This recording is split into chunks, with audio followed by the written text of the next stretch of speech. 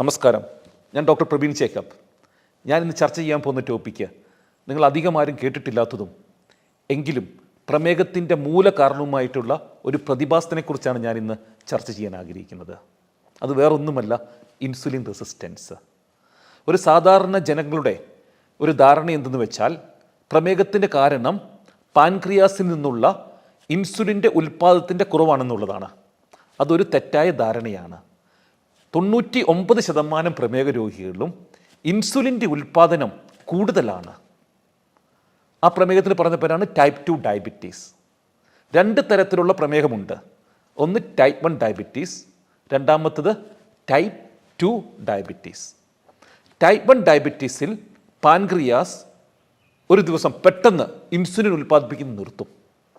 Insulin ഉൽപ്പാദിപ്പിക്കാത്തത് കൊണ്ട് രക്തത്തിലെ പഞ്ചസാരയ്ക്ക് കോശങ്ങൾക്ക് ഉള്ളോട്ട് കയറാൻ സാധിക്കത്തില്ല. അതിന് പറഞ്ഞ പേരാണ് ടൈപ്പ് 1 ഡയബറ്റീസ്. 100-ൽ 1% പ്രമേഹം മാത്രമേ ഈ ടൈപ്പ് 1 ഡയബറ്റീസ് എന്ന കാറ്റഗറിയിൽ പെടുന്നുള്ളൂ. 99% ടൈപ്പ് 2 ഡയബറ്റീസ് ആണ്. ഈ ടൈപ്പ് 2 ഡയബറ്റീസിൻ്റെ മൂല കാരണമാണ് ഞാൻ ഇന്ന് ചർച്ച ചെയ്യാൻ പോകുന്നത്. അതിൻ്റെ മൂല കാരണം ഇൻസുലിൻ്റെ കുറവല്ല, ഇൻസുലിൻ റെസിസ്റ്റൻസ് എന്ന ഒരു അവസ്ഥയാണ്. അതാണ് ഇൻസുലിൻ റെസിസ്റ്റൻസിൻ്റെ അനന്തരഫലമായിട്ട് ശരീരം കൂടുതൽ ഇൻസുലിൻ ഉൽപ്പാദിപ്പിക്കുകയും അത് ടൈപ്പ് 2 ഡയബറ്റീസിലേക്ക് നയിക്കുകയും ചെയ്യും. അപ്പോൾ എന്തുകൊണ്ടാണ് ഇന്ത്യക്കാരിൽ ഇത്ര ഹൃദ്രോഗവും പ്രമേഹവും ഉള്ളതെന്ന് ശാസ്ത്രജ്ഞന്മാരെ വർഷങ്ങളായിട്ടുള്ള അലട്ടിയ ഒരു ചോദ്യമാണ്, ഒരു ചോദ്യചിഹ്നമാണ്. ലോകത്തിലെ ഏറ്റവും കുറവ് കൊളസ്ട്രോൾ, രക്തത്തിലെ കൊളസ്ട്രോളിൻ്റെ തോതുള്ള ജനവിഭാഗവും നമ്മൾ ഇന്ത്യക്കാരാണ്. പക്ഷേ വിരോധാഭാസം എന്ന് പറയാം, ഏറ്റവും കൂടുതൽ ഹൃദ്രോഗവും നമ്മുടെ രാജ്യത്ത് തന്നെയാണ്. അപ്പോൾ ശാസ്ത്രജ്ഞന്മാർ പല പഠനങ്ങളും നടത്തി. എന്തുകൊണ്ടാണ് കൊളസ്ട്രോൾ കുറഞ്ഞിട്ടും നമുക്ക് ഹൃദ്രോഗം ഉണ്ടാകുന്നത്? എന്തുകൊണ്ടാണ് ലോകത്തിൻ്റെ രാജധാനി, പ്രമേഹത്തിൻ്റെ രാജധാനി എന്ന് ഇന്ത്യ അറിയപ്പെടുന്നത്? കാരണം ലോകത്തെ ഏറ്റവും കൂടുതൽ വെജിറ്റേറിയൻ പോപ്പുലേഷൻ ഉള്ള നാടാണ് ഇന്ത്യൻ ഭൂപ്രദേശം. കൊളസ്ട്രോൾ, രക്തത്തിലെ കൊളസ്ട്രോൾ വളരെ കുറവാണ്. നോൺ വെജിൻ്റെ കൺസപ്ഷൻ വളരെ കുറവാണ്. മറ്റ് രാജ്യങ്ങളുമായിട്ട് താരതമ്യപ്പെടുത്തുമ്പോൾ ഏറ്റവും കൂടുതൽ വെജിറ്റേറിയൻസ് ഉള്ള നാട് നമ്മുടെ ഇന്ത്യയാണ്. അതുപോലെ രക്തത്തിലെ കൊളസ്ട്രോൾ വളരെ കുറവാണ് താരതമ്യപ്പെടുത്തുകയാണെങ്കിൽ. അത് എക്സാമ്പിൾ, യൂറോപ്യൻസിന് 250 കൊളസ്ട്രോൾ, ഇന്ത്യക്കാർക്ക് 200 അതുപോലെ അമിതവണ്ണം വളരെ കുറവാണ്. ഇത്ര ബെനിഫിറ്റ് ഉണ്ടായിട്ടും ഏറ്റവും കൂടുതൽ ഹൃദ്രോഗം, ഏറ്റവും കൂടുതൽ പ്രമേഹവും ശാസ്ത്രജ്ഞന്മാരെ ഈ അലട്ടിയ ചോദ്യത്തിൻ്റെ ഉത്തരമാണ് ഞാൻ ഇന്ന് നിങ്ങളോട് ചർച്ച ചെയ്യുന്നത്. അതിന് കാരണം ഇൻസുലിൻ റെസിസ്റ്റൻസ് എന്ന ഒരു അവസ്ഥയാണ്. ഹൃദ്രോഗം മാത്രമല്ല, അതുപോലെ പ്രമേഹ രോഗികളുടെ എണ്ണം കൂടുതലുണ്ടെന്ന് മാത്രമല്ല പ്രശ്നം. ഈ പ്രമേഹത്തിൻ്റെ ആരംഭം വളരെ നേരത്തെയാണ്. കാരണം യൂറോപ്യൻസിന് ഫസ്റ്റ് ഹൃദ്രോഗം വരുന്ന ആവറേജ് ടൈം 65 വയസ്സാകുമ്പം നമുക്കിവിടെ ഒരു 40 വയസ്സാണ്. അപ്പോൾ കൂടുതലുണ്ട്, വളരെ നേരത്തെയും ഈ പ്രമേഹം നമുക്ക് ആരംഭിക്കുന്നു. ഇതിൻ്റെ എല്ലാം സമസ്യ ശാസ്ത്രജ്ഞന്മാർക്ക് ദൂരീകരിക്കാൻ സാധിച്ചു. അതിൻ്റെ കാരണമാണ് ഇൻസുലിൻ റെസിസ്റ്റൻസ്. നമുക്ക് ഇൻസുലിൻ റെസിസ്റ്റൻസ് എന്താണെന്ന് കാണാം. സുഹൃത്തുക്കളെ, ഇപ്പം നമ്മൾ നേരത്തെ ചർച്ച ചെയ്തതുപോലെ എന്താണ് ഇൻസുലിൻ റെസിസ്റ്റൻസ്? ഞാൻ വീണ്ടും പറയുന്നു, ടൈപ്പ് 2 പ്രമേഹം, അതായത് 99% നമ്മുടെ ഇടയിൽ കാണപ്പെടുന്ന പ്രമേഹം, ടൈപ്പ് 2 ഡയബറ്റീസിൻ്റെ മൂലകാരണം ഇൻസുലിൻ്റെ കുറവല്ല, ഇൻസുലിൻ്റെ കൂടുതലാണ്. ആ കണ്ടീഷന് പറയുന്ന പേരാണ് ഇൻസുലിൻ റെസിസ്റ്റൻസ്. അപ്പോൾ ഞാൻ ചർച്ച ചെയ്തല്ലോ എന്തുകൊണ്ടാണ് ഇന്ത്യൻ പോപ്പുലേഷൻ ഏറ്റവും കൂടുതൽ ഇൻസുലിൻ റെസിസ്റ്റൻസ് കാണപ്പെടുന്നത്, ഏറ്റവും കൂടുതൽ പ്രമേഹ രോഗി കാണപ്പെടുന്നത്. അതിൻ്റെ ഉത്തരമാണ് ഞാനിവിടെ ഇന്ന് ചർച്ച ചെയ്യാൻ ആഗ്രഹിക്കുന്നത്. അപ്പം ഞാൻ എല്ലാ സ്ഥലങ്ങളിലും സെമിനാറുകൾ എടുക്കാറുണ്ട്. ഡോക്ടേഴ്സിന് ഞാൻ ട്രെയിനിങ് പ്രോഗ്രാം കണ്ടക്ട് ചെയ്യാറുണ്ട്. എൻ്റെ പ്രമേഹത്തെക്കുറിച്ചുള്ള ടോപ്പിക്സിൻ്റെ ടൈറ്റിൽ, പ്രധാന ഹെഡിങ് ടോഫി എന്നാണ്. ടോഫി എന്താണ് ഈ toffee? Thin outside, fat inside, an Indian paradox. Toffee എന്ന് പറഞ്ഞാൽ തിൻ ഔട്ട്സൈഡ്, അതായത് ഇന്ത്യൻ ജനവിഭാഗം പുറമേ നോക്കിയാൽ അധികം വണ്ണമില്ല, എല്ലാവരും മെലിഞ്ഞ വിഭാഗക്കാരാണ്. പക്ഷേ എല്ലാവർക്കും വയറ്റിൻ്റെ ഏരിയയിൽ ഫാറ്റ് കൂടുതലാണ്. അതാണ് ഞാൻ പറയുന്നത് തിൻ ഔട്ട്സൈഡ്. പുറമേ നോക്കി കഴിഞ്ഞാൽ മെലിഞ്ഞിരിക്കും. Thin outside, fat inside. TOFI and Indian paradox. അപ്പോൾ ശാസ്ത്രജ്ഞന്മാർ ഇന്ത്യൻ ജനവിഭാഗത്തിന് കൂടുതൽ പ്രമേഹം ഉണ്ടാകാനുള്ള പ്രധാന കാരണം, ഹൃദ്രോഗം ഉണ്ടാകാനുള്ള പ്രധാന കാരണമായിട്ട് കണ്ടെത്തിയത് കൊളസ്ട്രോളോ കൊഴുപ്പോ അല്ല, ഈ മധ്യപ്രദേശം എന്ന് പറയും, നമ്മുടെ കുടവയറാണ് അതിന് കാരണമായിട്ടുള്ളത്. അതുകൊണ്ടാണ് എൻ്റെ topic toffee and Indian paradox. അപ്പോൾ നമുക്ക് കാണാം ഈ ടോഫി തിൻ ഔട്ട്സൈഡ് ഫാറ്റ്, അതായത് കുടവയർ എങ്ങനെ പ്രമേഹത്തിലേക്ക് നയിക്കുന്നു, എങ്ങനെ ഹൃദ്രോഗത്തിലേക്ക് നയിക്കുന്നു. അപ്പോൾ ഈ കുടവയറും ഇൻസുലിൻ റെസിസ്റ്റൻസ് എന്ന ഒരു അവസ്ഥയുമായിട്ട് അഭേദ്യമായിട്ടുള്ള ബന്ധമുണ്ട്. അപ്പോൾ ഇതാണ് വിസറൽ ഫാറ്റ് എന്ന് പറയും. വിസറൽ ഫാറ്റ്, വയറ്റിലടിയുന്ന ഈ ഫാറ്റാണ് വിസറൽ ഫാറ്റ്. അപ്പോൾ രണ്ട് തരത്തിലുള്ള ഫാറ്റ് ഡിസ്ട്രിബ്യൂഷനാണ് സുഹൃത്തുക്കളെ ഉള്ളത്. ഒന്ന് ചർമ്മത്തിൻ്റെ അടിയിൽ ഉള്ള ഫാറ്റ്, അതിന് പറയും സബ്ക്യൂട്ടേനിയസ് ഫാറ്റ് എന്ന് പറയും. ചർമ്മത്തിൻ്റെ അടിയിലുള്ള ഫാറ്റ്, അതായത് നമ്മുടെ വയറ്റിലെ ചർമ്മത്തിൻ്റെയും കയ്യിലെ ചർമ്മത്തിൻ്റെയും ഒക്കെ അടിയിലുള്ള ഫാറ്റ് സബ്ക്യൂട്ടേനിയസ് ഫാറ്റ് എന്ന് പറയും. അതുപോലെ ബട്ടക്സ് റീജിയനിൽ അടിയുന്ന ഫാറ്റും, ഈ രണ്ട് ഫാറ്റും വളരെ ഹെൽത്തിയർ വെർഷനാണ്. എക്സാമ്പിൾ, പുരുഷന്മാരെയും സ്ത്രീകളെയും താരതമ്യം ചെയ്യുകയാണെങ്കിൽ സ്ത്രീകൾക്കാണ് കൂടുതൽ ഫാറ്റ് പെർസെൻറ്റേജ് ഉള്ളത്. അതായത് ബട്ടക്സ് റീജിയനിലൊക്കെ സ്ത്രീകൾക്ക് കൂടുതൽ ഫാറ്റ് പെർസെൻറ്റേജ് ഉണ്ട്. പുരുഷന്മാർ കൂടുതൽ മസിൽസ് ആണുള്ളത്, മസ്കുലർ ആണുള്ളത്. പക്ഷേ ഫാറ്റ് കൂടുതലുള്ള സ്ത്രീകളാണ് കൂടുതൽ ആയുസ് ഉള്ളത്. ഒരു 5-6 വയസ്സ് സ്ത്രീകൾക്ക് ആയുസ് കൂടുതലാണ് പുരുഷന്മാരെക്കാളും. അപ്പോൾ ഫാറ്റ് എന്ന് പറയുന്ന ഒരു ഘടകം നമ്മുടെ ശരീരത്തിൽ വന്നാൽ അതൊരു മോശമായിട്ടുള്ള കാര്യമല്ല. ഫാറ്റ് കൂടുന്നതനുസരിച്ച് ആരോഗ്യവും ആയുസ്സും വർദ്ധിക്കുന്നതായിട്ടാണ് കണ്ടെത്തിയിട്ടുള്ളത്. പക്ഷേ ഈ വയറ്റിലടിയുന്ന ഫാറ്റ് അത് അപകടകാരിയാണ്, അത് മനുഷ്യനെ കൊല്ലും. അതായത് ചർമ്മത്തിൻ്റെ അടിയിലും നമ്മുടെ ബട്ടക്സ് റീജിയൻ അടിയുന്ന ഫാറ്റ് നമുക്ക് കൂടുതൽ ആയുസ് പ്രദാനം ചെയ്യുമ്പോൾ കുടവയറിൻ്റെ ഉള്ളിലടിയുന്നത്, അതായത് വയറ്റിനുള്ളിലെ ക്യാവിറ്റിയുടെ ഉള്ളിലടിയുന്നത്, പ്രത്യേകിച്ച് കോഴീനെയൊക്കെ കൊല്ലുമ്പോൾ നിങ്ങൾക്ക് കാണാം ആ ലിവറിന് ചുറ്റും അല്ലെങ്കിൽ കിഡ്നിക്ക് ചുറ്റും ഒരു കൊഴുപ്പ് പിടിച്ചിരിക്കുന്നത്. ആ കൊഴുപ്പ് വളരെ അപകടകാരിയാണ്. അതിന് പറയുന്ന പേരാണ് വിസറൽ ഫാറ്റ് എന്ന് പറയും. അതായത് ലിവറിൽ ഉള്ളിലടിയുന്നതും ഈ വയറ്റിൻ്റെ ക്യാവിറ്റിക്ക് ഉള്ളിലടിയുന്ന ഫാറ്റും നമ്മളെ പെട്ടെന്ന് കൊല്ലും. അതാണ് പ്രമേഹത്തിനുള്ള പ്രധാന കാരണഭേതു. അപ്പോൾ ഒരിക്കൽ കൂടി ഞാൻ റിപ്പീറ്റ് ചെയ്യുന്നു, ഫാറ്റ്നെസ് ഒരു ബാഡ് സൈൻ അല്ല. ഫാറ്റ്നെസ്, പക്ഷേ ഡിസ്ട്രിബ്യൂഷൻ എവിടെയാണ് ഇത് അടിഞ്ഞു എന്നുള്ളതാണ് ഏറ്റവും പ്രാമുഖ്യമറിയിക്കുന്ന ഘടകം. അപ്പോൾ സബ്ക്യൂട്ടേനിയസ് ഫാറ്റ് എന്ന് പറയും. ചർമ്മത്തിൻ്റെ അടിയിലടിയുന്ന സബ്ക്യൂട്ടേനിയസ് ഫാറ്റ് അത് വളരെ ഹെൽത്തിയറാണ്. പക്ഷേ വിസറൽ ഫാറ്റ് എന്ന് പറയും. വിസറൽ ഫാറ്റ് എന്ന് പറഞ്ഞാൽ ഈ ഓർഗൻസിൻ്റെ ഉള്ളിൽ ഞാൻ പറഞ്ഞ പോലെ ലിവറിലും നമ്മുടെ ഓർഗൻസ് ഉണ്ടാവില്ല, കിഡ്നി, പാൻക്രിയാസ് ഒക്കെ നമുക്ക് ഓരോ കോഴീനെയൊക്കെ കൊല്ലുമ്പോൾ നമുക്ക് കാണാം, അതിന് ചുറ്റും ഒരു ആവരണം, ഒരു മഞ്ഞ നിറത്തിലുള്ള ആവരണം, അതിന് പറയുന്ന പേരാണ് വിസറൽ ഫാറ്റ് എന്ന് പറയും. വളരെ അപകടകാരിയാണ്. കാരണം ഈ വിസറൽ ഫാറ്റിൽ നിന്ന്, ഇതാണ് വിസറൽ ഫാറ്റ്, ഈ വയറ്റിനുള്ള വിസറൽ ഫാറ്റിൽ നിന്ന് ഏകദേശം 500 ടോക്സിൻസ്, 500 കെമിക്കൽസ് ഉൽപ്പാദിപ്പിക്കുന്നതായിട്ട് ശാസ്ത്രജ്ഞന്മാർ കണ്ടെത്തിയിട്ടുണ്ട്. അപ്പോൾ ഒരു കാര്യം കൂടി ഞാൻ പറയാൻ ആഗ്രഹിക്കുന്നു. നമ്മൾ കഴിക്കുന്ന നമ്മൾ പറയില്ല പച്ചക്കറിക്കകത്ത് വിഷമുണ്ട്, നമ്മൾ കഴിക്കുന്ന എല്ലാ ഫ്രൂട്ട്സിനകത്ത് വിഷമുണ്ട്, മത്സ്യത്തിനകത്ത് വിഷമുണ്ടെന്ന് നമ്മൾ പറയും. പക്ഷേ അതിനകത്തൊക്കെ 5-10 വിഷമുള്ളൂ.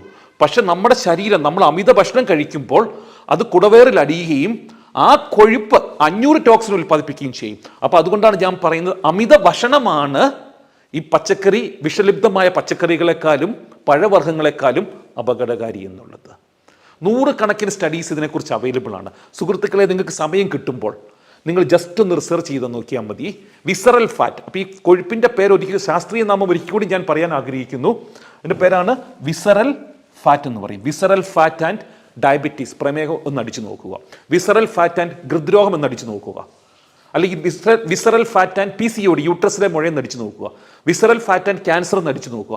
മിനിമം 1000 പഠനം എങ്കിലും നിങ്ങൾക്ക് ലഭിക്കുന്നതായിരിക്കും. അതും വിഖ്യാതമായിട്ടുള്ള സർവകലാശാലകളിലും ഗവേഷണ പ്രബന്ധങ്ങളിലും പ്രസിദ്ധീകരിച്ച സ്റ്റഡികൾ നിങ്ങൾക്ക് അവൈലബിൾ ആണ് വിസറൽ ഫാറ്റ് എന്ന്. അതുകൊണ്ടാണ് ഞാൻ എൻ്റെ ഈ പ്രോഗ്രാമിൻ്റെ ടൈറ്റിൽ ടോഫി എന്നിടുന്നത്. TOFI, thin outside fat inside. അപ്പോൾ ഞാൻ ഒരിക്കൽ കൂടി പറയാൻ ആഗ്രഹിക്കുന്നു, അപ്പം നമ്മുടെ പ്രമേഹം ഉത്ഭവിക്കുന്നത് കുടവയറിൽ നിന്നാണ്, പാൻക്രിയാസിൽ നിന്ന് അല്ല എന്നുള്ള ഒരു ശക്തമായ ഒരു സന്ദേശം ഞാൻ തരാൻ ആഗ്രഹിക്കുന്നു. അപ്പം ഞാൻ പറഞ്ഞ പോലെ വിസറൽ ഒബേസിറ്റി എന്ന് പറയും. ഇതാണ് വയറ്റിലെ കൊഴുപ്പ്, പറയുന്ന പേരാണ് വിസറൽ ഒബേസിറ്റി. അപ്പം ഈ വിസറൽ ഒബേസിറ്റി എന്നാണ് പ്രമേഹത്തിൻ്റെ ഉത്ഭവവും ബ്ലഡ് പ്രഷർ BP-യുടെ ഉത്ഭവവും, അതുപോലെ ത്രോംബോസിസ് എന്ന് പറയും, രക്തം കട്ട പിടിക്കുന്ന അവസ്ഥ, ത്രോംബോസിസ് എന്ന് പറയും, ഹൃദ്രോഗം. അപ്പോൾ ഇതിൻ്റെയൊക്കെ പ്രധാന ആരംഭം ഈ മധ്യപ്രദേശത്തിൻ്റെ ചുറ്റളവിലുണ്ടായ ആരംഭമാണ്. അതുകൊണ്ട് നിങ്ങളുടെ ആരോഗ്യം നിർണ്ണയിക്കാൻ യാതൊരു ടെസ്റ്റുകളുടെ ആവശ്യമില്ല. ഒരു ടേപ്പ് എടുക്കുക, ജസ്റ്റ് കണ്ണാടിയുടെ മുമ്പിലൊന്ന് മെഷർമെൻറ്റ് എടുക്കുക. അതിൻ്റെ അളവ് കൂടുതലാണെങ്കിൽ ഡെഫിനറ്റായിട്ട് നിങ്ങൾക്ക് ഈ പറയുന്ന എല്ലാ പ്രശ്നങ്ങളുടെ ആരംഭമായിരിക്കാം അത്. അപ്പോൾ ഈ ഇൻസുലിൻ റെസിസ്റ്റൻസ് ഏതൊക്കെ രീതിയിൽ നമ്മുടെ ശരീരത്തിൽ പ്രകടമാകും? ഒന്ന് പ്രമേഹം, ടൈപ്പ് 2 ഡയബറ്റീസ് എന്ന് പറയും. പ്രമേഹം, type 2 diabetes, non alcoholic fatty liver disease, non alcoholic fatty disease. രണ്ട് തരത്തിലുള്ള ഫാറ്റി ലിവർ ഉണ്ട്, ആൽക്കഹോൾ ഫാറ്റി ലിവറും നോൺ ആൽക്കഹോളിക് ഫാറ്റി ലിവർ ഡിസോർഡറും. ഇന്ന് ഇന്ത്യയിൽ 90% പേർക്കും ഉള്ള ഫാറ്റിൻ്റെ ഡാമേജ് നോൺ ആൽക്കഹോളിക് ആണ്, മദ്യപാനം കൊണ്ടുണ്ടാകുന്ന ആൽക്കഹോളിക് അല്ല. അപ്പം അതിൻ്റെ റൂട്ട് കോസും ഇൻസുലിൻ റെസിസ്റ്റൻസ് എന്ന് പറഞ്ഞ ഈ ഒരു അവസ്ഥയാണ്.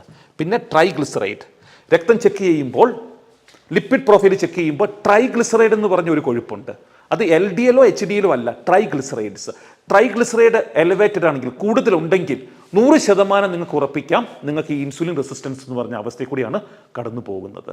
അപ്പോൾ ഈ ട്രൈഗ്ലിസറൈഡ് കൂടുതൽ നിൽക്കുന്ന ആൾക്കാർ ഒരു 5-10 വർഷത്തിനുള്ളിൽ പ്രമേഹ രോഗികളായിട്ട് പരിവർത്തനം ചെയ്യാനുള്ള സാധ്യതയും വളരെ കൂടുതലാണ്. കാരണം ഈ പ്രമേഹത്തിൻ്റെ റൂട്ട് കോസും മൂലകാരണവും ട്രൈഗ്ലിസറൈഡിൻ്റെ മൂലകാരണവും ഒന്നാണ് ഇൻസുലിൻ റെസിസ്റ്റൻസ്.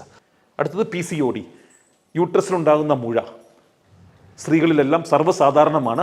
അതിൻ്റെ മൂലകാരണവും ഇൻസുലിൻ റെസിസ്റ്റൻസ് ആണ്. അപ്പോൾ PCOD ഉണ്ടെങ്കിൽ, ഇൻഫെർട്ടിലിറ്റി ഉള്ള വന്ധ്യതയുള്ള സ്ത്രീകൾ ഉണ്ടെങ്കിൽ നിങ്ങൾ ജസ്റ്റ് ഒന്ന് ചെക്ക് ചെയ്ത് നോക്കുക, ഇൻസുലിൻ റെസിസ്റ്റൻസ് ആൻഡ് PCOD എന്ന്. നിങ്ങളുടെ ഗൂഗിളിൽ അത് അവൈലബിൾ ആണ്. അപ്പോൾ നിങ്ങൾക്ക് മനസ്സിലാകും ഇതിൻ്റെ മൂലകാരണം വീണ്ടും ഇൻസുലിൻ റെസിസ്റ്റൻസ് ആണ് എന്നുള്ളത്. ഒബേസിറ്റി, അമിതവണ്ണത്തിന് കാരണവും ഇൻസുലിൻ റെസിസ്റ്റൻസ് ആണ്. അതുപോലെ ഡിസ്ലിപ്പിഡിയമ എന്ന ഒരു കണ്ടീഷൻ ഉണ്ട്, അതിനെക്കുറിച്ച് ഞാൻ അധികം വിവരിക്കുന്നില്ല.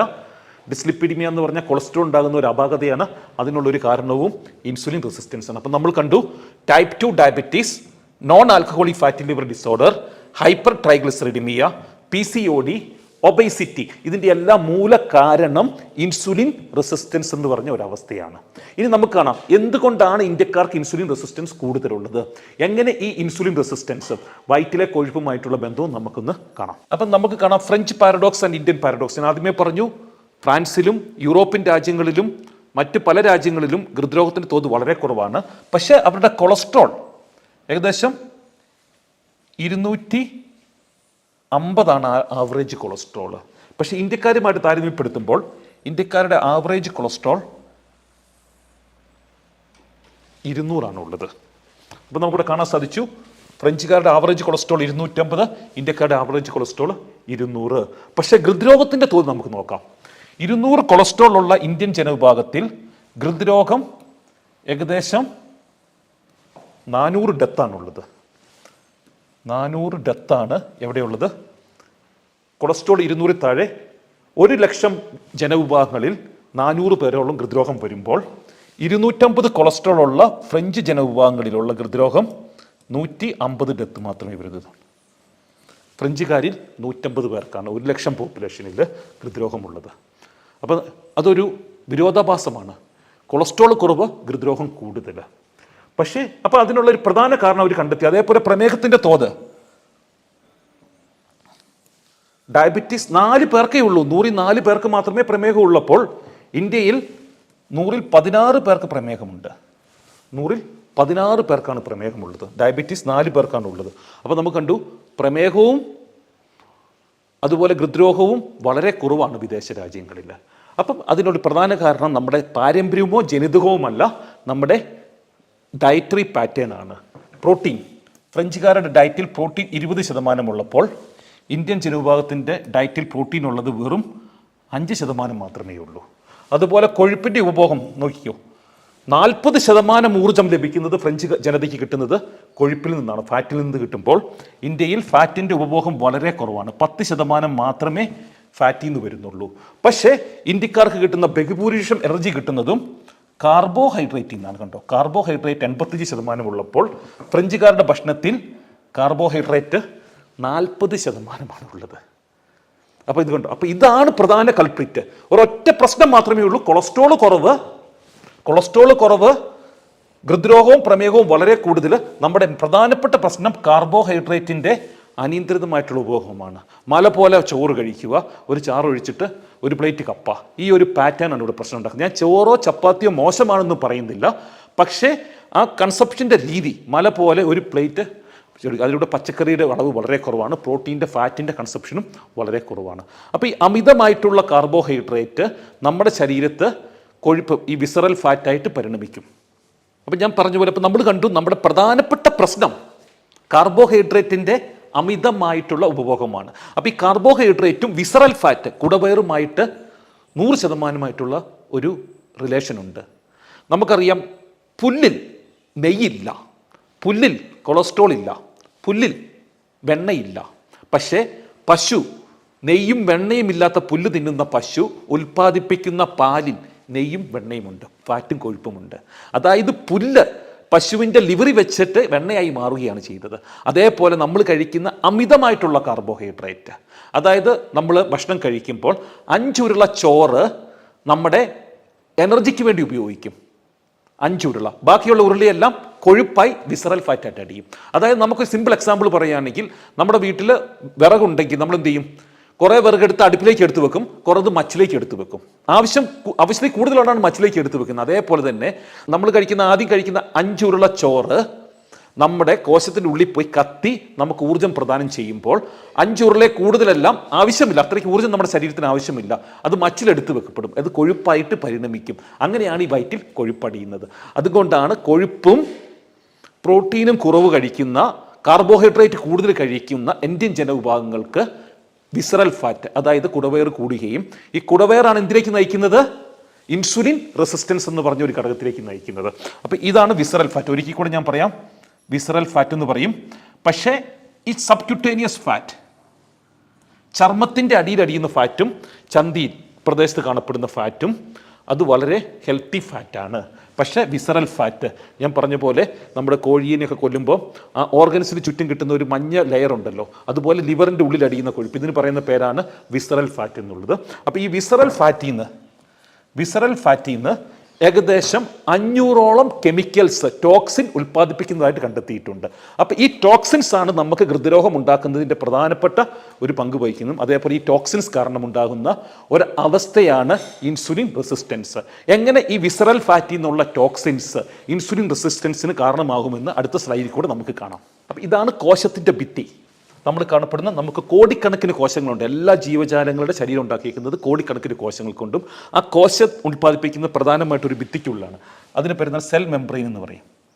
കോശത്തിൻ്റെ ഭിത്തി, ഇതാണ് സെൽ മെംബ്രെയിൻ എന്ന് പറയും. അപ്പോൾ ഈ കോശത്തിൻ്റെ ഭിത്തി കടന്നു വേണം നമ്മൾ കഴിക്കുന്ന ഭക്ഷണത്തിനൊക്കെ ഉള്ളിലോട്ട് എത്താൻ വേണ്ടി. അപ്പം ഇൻസുലിൻ, ഇതാണ് ഇൻസുലിനാണ്. ഇൻസുലിൻ ഒരു ചാവി പോലെയാണ്. നമ്മുടെ കോശത്തിൻ്റെ ഭിത്തിയിൽ ഒരു ഡോറുണ്ട്, ഇതാണ് കീഹോൾ. നമ്മുടെ കോശത്തിൻ്റെ ഭിത്തിയിലുള്ള കീഹോളാണ് ഈ കാണുന്നത്. അപ്പോൾ ഇൻസുലിൻ എന്ത് ചെയ്യണം? ഈ കീഹോളിലോട്ട് ഇറങ്ങുകയും ഈ ഡോർ ഓപ്പൺ ചെയ്യുകയും ഗ്ലൂക്കോസ് ഉള്ളിലോട്ട് കയറുകയും ചെയ്യും. പക്ഷേ കൊഴുപ്പും പ്രോട്ടീനും ഈ കീഹോളിൽ കൂടി അല്ല. നമുക്ക് സൂപ്പർ മാർക്കറ്റിലൊക്കെ പോകുമ്പോൾ കാണാമല്ലോ, ഗ്ലൈഡിങ് ചെയ്യുന്ന ഡോർ കണ്ടിട്ടുണ്ട്. നമ്മൾ ചെന്നാൽ തന്നെ തുറക്കുന്ന ഡോറിൽ കൂടിയാണ് ഫാറ്റും പ്രോട്ടീനും ഉള്ളിൽ കിടക്കുന്നത്. ഇൻസുലിൻ്റെ ആവശ്യമില്ല. പക്ഷേ ഗ്ലൂക്കോസ് മാത്രം കിടക്കുന്നത് കീ ഇട്ട് തുറക്കുന്ന ഡോറിൽ കൂടിയാണ് തുറക്കുന്നത്. അപ്പം ഇൻസുലിൻ എന്ത് ചെയ്യും? ഈ കീ ആണ്, കോശത്തിൻ്റെ ഡോറ് തുറക്കും, ഗ്ലൂക്കോസ് ഉള്ളിലോട്ട് പോകും. അപ്പം ഇൻസുലിൻ റെസിസ്റ്റൻസ് എന്ന് പറഞ്ഞാൽ ഈ കീ ഹോളിലേക്ക് ഇൻസുലിന് കടക്കാൻ സാധിക്കുന്നില്ല. എന്താണ്? ഈ കീ ഹോളിലേക്ക് ഇൻസുലിന് കടക്കാൻ സാധിക്കുന്നില്ല. ആ അവസ്ഥയ്ക്ക് പറയുന്ന പേരാണ് ഇൻസുലിൻ റെസിസ്റ്റൻസ്. അപ്പോൾ നിങ്ങളൊന്ന് ആലോചിച്ച് നോക്കിക്കേ, ഇൻസുലിൻ കീ ആണ്, ഡോറ് തുറക്കണം. അപ്പം ഈ ഗ്ലൂക്കോസ് എന്ന് പറയുന്നത്, നമ്മൾ കഴിക്കുന്ന ഗ്ലൂക്കോസ് എന്ന് പറയുന്നത് വിറകാണ്. 10 ലോഡ് വിറക് വരുന്നു, നമ്മുടെ വീട്ടുമുറ്റത്ത് എത്തുന്നു. ഈ വീട്ടുമുറ്റത്ത് നിന്ന് ഉള്ളിലേക്ക് എടുത്തു വെക്കാൻ പറ്റിയില്ലെങ്കിൽ ഈ വിറകൊക്കെ എവിടെ അടിഞ്ഞു കിടക്കും? വീടിൻ്റെ പുറത്ത് അടിഞ്ഞു കിടക്കും. അത് തന്നെയാണ് സംഭവിക്കുന്നത്. ഗ്ലൂക്കോസിന് ഉള്ളിലോട്ട് കിടക്കാൻ പറ്റാത്തത് കൊണ്ട് ഇത് രക്തത്തിൽ അടിഞ്ഞു കിടക്കും. അപ്പം രക്തം ചെക്ക് ചെയ്യുമ്പോൾ പഞ്ചസാരയുടെ അളവ് കൂടുതലായിട്ട് കാണപ്പെടും. അപ്പോൾ ഇത് പാൻക്രിയാസിൻ്റെ പ്രശ്നമല്ല, ഇൻസുലിൻ റെസിസ്റ്റൻസ് ആണ്. ഇൻസുലിൻ കീ ഹോളിലോട്ട് ഫിറ്റ് ആകാൻ സാധിക്കുന്നില്ല. അതിന് കാരണവും ശാസ്ത്രജ്ഞന്മാർ കണ്ടെത്തിയിട്ടുണ്ട്. ഞാൻ പറഞ്ഞ പോലെ ഈ വിസറൽ ഫാറ്റിൽ നിന്ന് ഉൽപ്പാദിപ്പിക്കുന്ന 100 കണക്കിന് ടോക്സിൻസ് കീ ഹോളിൽ വന്നിട്ട് തുരുമ്പ് പോലെ പിടിച്ചിരിക്കും, അല്ലെങ്കിൽ കീ ഹോളിനെ ഡാമേജ് ചെയ്യും. ശാസ്ത്രീയമായിട്ട് പറയുകയാണെങ്കിൽ ഇൻസുലിൻ ഒരു പ്രോട്ടീനാണ്. ഇത് ഇൻസുലിൻ റിസപ്റ്റർ എന്ന് പറയും. ഇൻസുലിൻ റിസപ്റ്ററിലേക്ക് ഇത് ബൈൻഡ് ചെയ്യണം. അപ്പോൾ ഇൻസുലിൻ റിസപ്റ്ററിൻ്റെ സ്ട്രക്ചർ തന്നെ ഈ ടോക്സിൻസ്, വിസറൽ ഫാറ്റിൽ നിന്നുള്ള ടോക്സിൻസ് മോഡിഫൈ ചെയ്യും, ചേഞ്ച് ചെയ്യും. അപ്പോൾ ഇൻസുലിന് ബൈൻഡ് ചെയ്യാൻ സാധിക്കത്തില്ല. അപ്പോൾ ഉള്ളിലോട്ട് കയറേണ്ട ഇന്ധനം, ഗ്ലൂക്കോസ് അവിടെ കിടക്കും, നമ്മുടെ മിറ്റത്ത് കെട്ടിക്കിടക്കും. അതാണ് രക്തം ധമനികളെ മിറ്റമായിട്ട് കണക്കാക്കുക. അപ്പോൾ നമ്മുടെ ശരീരത്ത് മൊത്തം ഈ ഗ്ലൂക്കോസ് അടിഞ്ഞുകൂടി അത് ഹൃദ്രോഗത്തിലേക്കും, അതുപോലെ നമ്മുടെ രക്തധമനികൾ നഷ്ടപ്പെട്ടു പോകും, കാലുകളെ നശിപ്പിക്കും, കണ്ണുകളെ നശിപ്പിക്കും. ഇതാണ് പ്രധാനപ്പെട്ട കാരണം. അപ്പോൾ ഇതിൻ്റെ എല്ലാത്തിൻ്റെ കുറ്റവാളി പാൻക്രിയാസ് അല്ല, വിസറൽ ഫാറ്റാണ്. നമ്മുടെ ഈ കുടവയറിൽ നിന്ന് ഉൽപ്പാദിപ്പിക്കപ്പെടുന്ന ആയിരക്കണക്കിന് ടോക്സിൻസ് ആണ്. എനിക്ക് പ്രമേഹത്തിൻ്റെ ഹിസ്റ്ററി ഉണ്ട്. എനിക്ക് പ്രമേഹ രോഗിയുമായിരുന്നു ഞാൻ 25-26 വയസ്സുള്ളപ്പോൾ. കാരണം എനിക്ക് പാരമ്പര്യമായിട്ട് ലഭിച്ചിട്ടുള്ളതാണ്. ഞാൻ ഒരു ഡയറ്ററി പ്രോട്ടോക്കോളിൽ കൂടെ ഒരു ദിവസം 2 നേരം ഭക്ഷണം കഴിക്കുകയും കാർബോഹൈഡ്രേറ്റിൻ്റെ അളവ് വളരെയധികമായിട്ട്, ഞാൻ കഴിക്കുന്നില്ലെന്ന് പറയുന്നില്ല, ഏകദേശം 75 ഗ്രാമാണ് ഞാൻ കാർബോഹൈഡ്രേറ്റ് ഒരു ദിവസം കഴിക്കത്തുള്ളൂ. അത് ചിലപ്പം ഗോതമ്പാകാം, പച്ചരിയാകാം, അല്ലെങ്കിൽ ചിലപ്പോൾ ബിരിയാണി അരി ആയിരിക്കാം, ബസ്മതി അരി ആയിരിക്കാം, അല്ലെങ്കിൽ മില്ലറ്റ്സ് ആയിരിക്കാം. പക്ഷേ 75 ഗ്രാമിൽ ഞാൻ ലിമിറ്റ് ചെയ്തു. ഫാറ്റും പച്ചക്കറികളും അതുപോലെ മുട്ടയും പ്രോട്ടീനൊക്കെ ഞാൻ കൂടുതൽ ഉൾപ്പെടുത്തി പരിപൂർണമായിട്ട് എനിക്ക് പ്രമേഹത്തിൽ നിന്ന് വിമുക്തി ലഭിച്ച ഒരാളാണ്. അതുകൊണ്ടാണ് ഞാൻ എത്ര ശക്തമായിട്ട് പറയുന്നത്. അപ്പം പാരമ്പര്യമായിട്ട് എൻ്റെ ഫാദറിനും അതുപോലെ എൻ്റെ എല്ലാ റിലേറ്റീവ്സിനും അവരുടെയൊക്കെ പ്രധാനപ്പെട്ടവർക്ക് അറിയത്തില്ലായിരുന്നു ഈ വിസറൽ ഫാറ്റാണ് ഇതിന് കാരണം എന്നുള്ളത്. പാരമ്പര്യമാണെന്നാണ് അവർ ചിന്തിച്ചുകൊണ്ടിരുന്നത്. അപ്പോൾ അവർ അതിലുള്ള ഒരു ഡയറ്ററി മോഡിഫിക്കേഷൻ നടത്താൻ സാധിച്ചില്ല. ഞാൻ എൻ്റെ പാൻക്രിയാസിനെ ഇമ്പ്രൂവ് ചെയ്യാനുള്ള ഒരു മെഡിസിനും കഴിച്ചിട്ടില്ല. ഇൻസുലിൻ്റെ ഉൽപ്പാദനം കൂട്ടാനുള്ള ഒരു മെഡിസിനും കഴിച്ചില്ല. ഞാൻ ഒരു സർജിക്കൽ സ്ട്രൈക്ക് ചെയ്തു. എന്താണ്? എൻ്റെ ഭക്ഷണം ഞാൻ കുറച്ച് കൂടുതൽ ഫാറ്റ് ഉൾപ്പെടുത്തിയപ്പോൾ എൻ്റെ വിസറൽ ഫാറ്റ് ഒരു പരിധി വരെ പൂർണ്ണമായി മാറിയെന്ന് ഞാൻ പറയുന്നില്ല, ഒരു പരിധി വരെ കുറയുകയും അതിന് ഫലമായിട്ട് ഇപ്പോൾ 20 വർഷമായിട്ട് ഞാൻ പ്രമേഹത്തിൽ നിന്ന് വിമുക്തി പ്രാപിച്ച ഒരാളാണ്. അപ്പോൾ ഞാനിവിടെ എൻ്റെ ഈ ടോപ്പിക്ക് ഞാൻ ഇന്ന് കൺക്ലൂഡ് ചെയ്യാൻ പോവുകയാണ്. അപ്പോൾ എൻ്റെ ഏറ്റവും പ്രധാനപ്പെട്ട മെസ്സേജ്, പ്രമേഹം ആരംഭിക്കുന്നത് പാരമ്പര്യത്തിൽ നിന്നോ പാൻക്രിയാസിൽ നിന്നോ അല്ല, നിങ്ങളുടെ കുടവരിൽ നിന്നാണ്. ഇനിയും ഒരു എപ്പിസോഡുമായിട്ട് നമുക്ക് വീണ്ടും കാണാം. Thank you very much.